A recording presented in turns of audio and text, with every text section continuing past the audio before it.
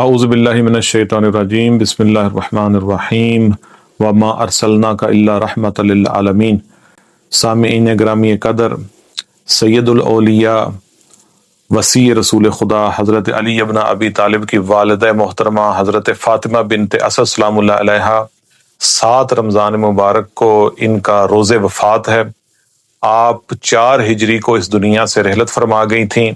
انس بن مالک سے طبرانی اور ابن کثیر نقل کرتے ہیں کہ جب رسول اللہ کو ان کی وفات کی خبر ملی تو رسول خدا ان کے پاس آئے، ان کے سرہانے بیٹھ کر۔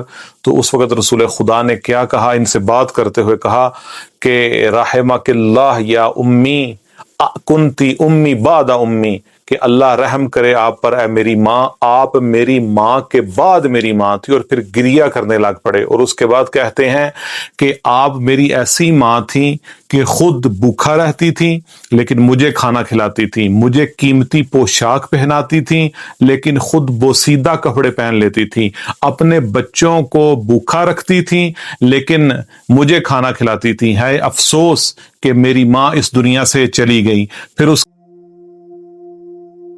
بسم اللہ الرحمن الرحیم۔